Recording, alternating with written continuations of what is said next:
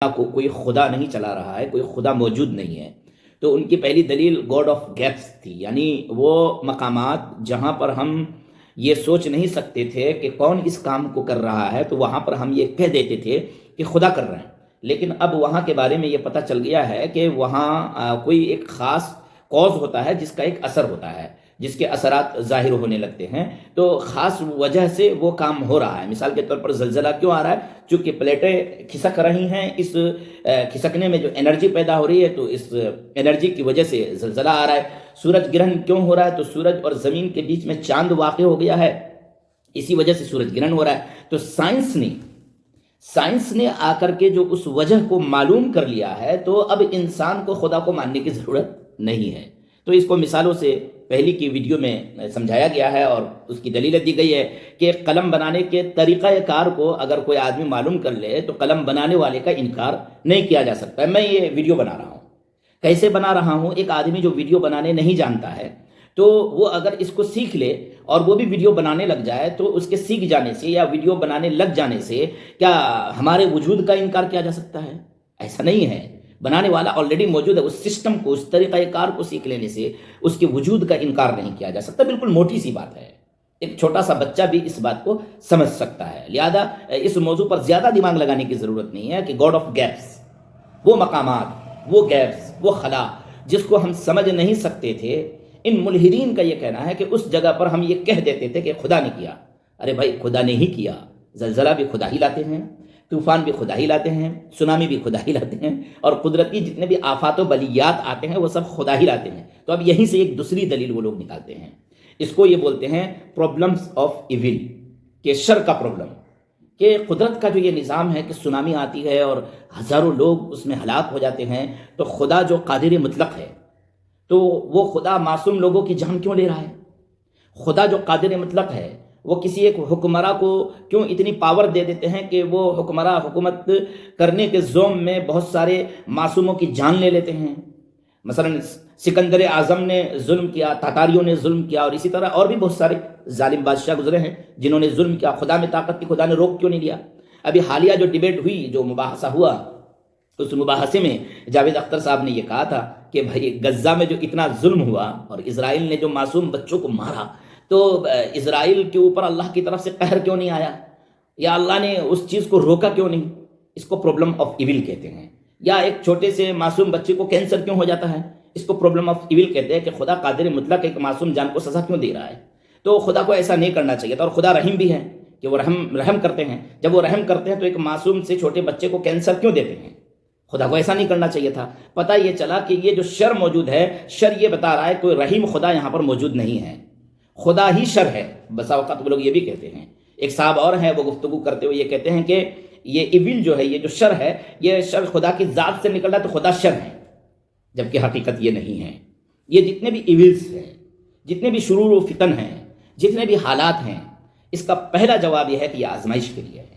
یہ جو انسان اس دنیا میں آیا ہے، اچھا، سائنس نے یہ بات، اگر یہ سائنس کی بات ہی مانتے ہیں، تو سائنس نے یہ بات بھی ثابت کر دیا ہے کہ اس انسان کے جسم میں جو ڈی این اے پایا جاتا ہے، اور اس انسان کے جسم میں جو خلیات پائے جاتے ہیں، اس کا نمونہ کہیں دوسری جگہ سے آیا ہے، یعنی اس گولے کا نہیں ہے یہ انسان۔ یہ بات بھی سائنس نے ثابت کیا ہے، البتہ وہ ایک الگ موضوع ہے۔ آج ہم پرابلم آف ایول پر گفتگو کر رہے ہیں کہ یہ جو شر ہے، یہ شر کیوں ہے؟ یہ شر آزمائش کے لیے۔ ایکم احسن عملا، کہ تم کو آزمائیں گے تاکہ دیکھیں کہ تم میں سے کون اچھا عمل کرتا ہے اور کون برا عمل کرتا ہے۔ تو یہ آزمائش کے لیے ہے۔ اب اگر قدرتی آفات آ رہے ہیں تو خدا کی طرف سے یہ آزمائش ہے۔ کسی کو بیماری لگ گئی ہے، خدا کی طرف سے آزمائش ہے۔ اگر اس خدا نے جو اس دنیا میں انسان کو پیدا کیا ہے تو اس کو تھوڑی سی آزادی دی ہے، یہ آزادی بھی آزمائش ہے۔ یہ آزادی کا غلط استعمال کر رہا ہے یا آزادی کا صحیح استعمال کر رہا ہے، اس کو بھی بطور آزمائش اللہ تعالیٰ نے دیا ہے، اس آزادی کو۔ اسی طریقے سے اللہ تعالیٰ نے علم دیا ہے، ایک علم محدود ہے، ایک علم لامحدود ہے۔ علم لامحدود صرف اللہ کے پاس ہے۔ اللہ تعالیٰ جو اس دنیا کو چلاتے ہیں، اس کو پتہ ہے کہ دنیا کے اس نظام کو چلانے کے لیے مجھے کس کو مارنا ہے، کس کو رکھنا ہے، کس کو کیا بیماری دینی ہے، کس کو کیا بیماری نہیں دینی ہے، کس کو کیا صلاحیت دینی ہے، کس کو کیا صلاحیت نہیں دینی ہے۔ یہ خدا کے علم و حکمت میں موجود ہے۔ اس لیے خدا تعالیٰ نے کسی کو مولانا بنایا ہے، کسی کو ڈاکٹر بنایا ہے، کسی کو انجینئر بنایا ہے۔ وہ جو تھوڑی سی آزادی ملی ہے، اس آزادی کا استعمال کر کے انسان بنتا ہے، لیکن اس کے پیچھے خدا کا علم اور خدا کی حکمت ہوتی ہے۔ سب سے پہلے اس خدا کو اگر وہ لوگ جو ماننے سے انکار کرتے ہیں ان کو یہ غور کرنا چاہیے کہ ہر آدمی کے اندر جو صلاحیت ہے وہ الگ الگ کیوں ہے.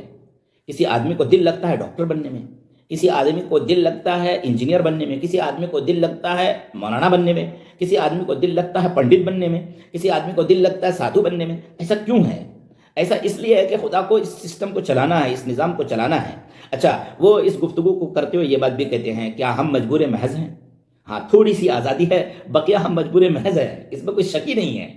آپ اگر شک کرتے ہیں تو آپ غلط کرتے ہیں. اس تھوڑی سی آزادی میں آپ میں اتنی اطراحٹ آ گئی ہے کہ آپ خدا کا انکار کرنے لگے ہیں. بالکل بالکل آپ مجبور محض ہیں. تھوڑی سی آزادی دی ہے، اس آزادی کا استعمال آپ کر لیجئے اور خدا کی عبادت کیجئے اور خدا کے پاس جائیے. یہ جو ایول موجود ہے یہ آزمائش کے لیے ہے، اور یہ جتنی آزادی دی گئی ہے اسی وجہ سے یہ ایول اور یہ شر موجود ہے. رہی بات یہ کہ اب اگر اس دنیا میں صرف انصاف ہی انصاف ہوتا، رحم ہی رحم ہوتا، سلامت ہی سلامت ہوتی اور کسی طرح کی کوئی پرابلم اور پریشانی نہیں ہوتی، پھر جنت کا تصور ہی نہیں تھا. جنت کو بنایا ہی اس لیے گیا ہے کہ جنت میں یہی ہوگا جو آپ یہاں پر دیکھنا چاہ رہے ہیں کہ جنت میں یا سلامہ ہی ہوگا، جنت میں رحمت ہی ہوگی، جنت میں برکتیں ہی ہوگی، جنت میں کسی طرح کا کوئی ایول یا شر موجود نہیں ہوگا، جنت میں موت نہیں ہوگی. یہاں پر موت آتی ہے. موت کیوں آتی ہے؟ یہ بھی تو ایک ایول اور شر ہے. اصل میں اس جنت میں جانے کے لیے اور اس دنیا میں جو کچھ کیا اس کا حساب و کتاب دینے کے لیے. تو یہ جو کہتے ہیں کہ پرابلمس آف ایول، کہ شر کیوں موجود ہے، تو شر آزمائش کے لیے موجود ہے. شر اس لیے موجود ہے کہ ہم کو جو تھوڑی سی آزادی دی گئی، ہم اس آزادی کا کس طرح کیا استعمال کرتے ہیں. اچھے اخلاق اپناتے ہیں یا برے اخلاق اپناتے ہیں، انصاف و عدل کرتے ہیں یا ظلم کرتے ہیں، اپنی زندگی کو صحیح طریقے سے استعمال کرتے ہیں یا غلط طریقے سے استعمال کرتے ہیں. اس لیے شر کو بھی رکھا گیا ہے اور خیر کو بھی رکھا گیا ہے، اور انسان کے اندر یہ صلاحیت دے دی گئی ہے کہ اب ان میں سے جس کو وہ اختیار کرنا چاہے اختیار کر سکتا ہے. اس لیے شر کو رکھا گیا ہے. جس طریقے سے امتحان میں ایک بچہ جاتا ہے، 3 سوال غلط لکھے ہوئے ہوتے ہیں، ایک سوال صحیح لکھا ہوا ہوتا ہے. اب بچے کو آزمائش میں ڈالا گیا ہے کہ وہ بچہ ان 3 سوالوں کو چھوڑ کر کے اس ایک سوال کا جواب دے، یعنی ٹک جو لگائے اس ایک پہ لگائے اور 3 کو چھوڑ دے. تو اب یہ 3 کو جو دیا گیا ہے جان بوجھ کر دیا گیا ہے. تو اسی طرح یہ شر جو پوری دنیا میں رکھا گیا ہے یہ جان بوجھ کر رکھا گیا ہے تاکہ انسان آزمائش سے گزرے اور گزرنے کے بعد اللہ کے حکم کے مطابق زندگی گزارے اور گزار کر اللہ کے پاس جا کر کے جنت میں داخل ہو جائے. اس لیے یہ شر رکھا گیا ہے.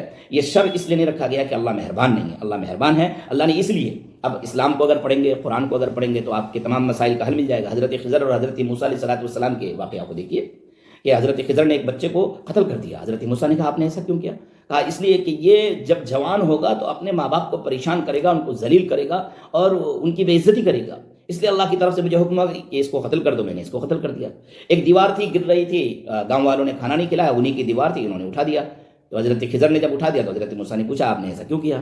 تو حضرت خضر نے بتایا کہ بھائی اس کے نیچے ایک دفینہ ہے، ایک خزانہ ہے، اور وہ خزانہ یتیم بچوں کا ہے، جب وہ بڑے ہو جائیں گے تو ان کو مل جائے گا.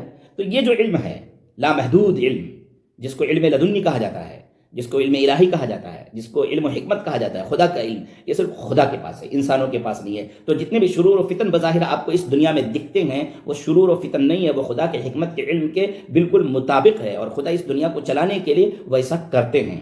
لہذا یہ ایتھسٹ حضرات، یہ ملحدین حضرات جو یہ کہتے ہیں کہ ایول اگر موجود ہے تو پھر خدا موجود نہیں ہے، یہ غلط ہے. ان کو قرآن و حدیث کا مطالعہ کرنا چاہیے، اسلام کا گہرائی سے مطالعہ کرنا چاہیے، ان کو ہدایت مل سکتی ہے. اللہ ہمیں کہنے سننے